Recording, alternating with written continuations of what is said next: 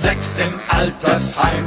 Da sagt keine Oma nein, sogar das Tante Lienchen bumst wie ein Kaninchen. Gruppen 6 im Altersheim, einmal raus und einmal rein.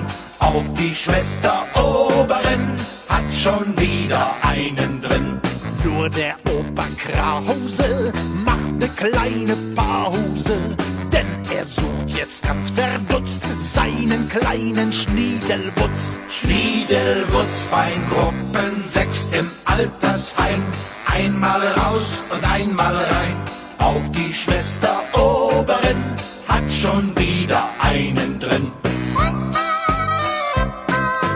Ja, der Opa Krause war schlau schon von zu Hause, kaufte sich Okasa brutal und konnte dann gleich 50 Mal, 50 Mal, 50 Mal. Bei Gruppen 6 im Altersheim, da sagt keine Oma nein, sogar das Tante Lienchen bumst wie ein Kaninchen.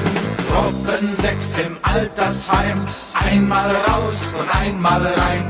Auch die Schwester Oberin hat schon wieder einen drin.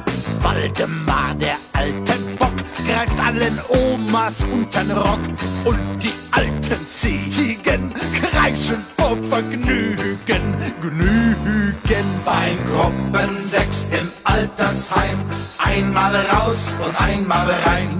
Auch die Schwester Oberin hat schon wieder einen drin. Gruppen 6 im Altersheim, da sagt keine Oma nein, sogar das Tante Lienchen bumst wie ein Kaninchen.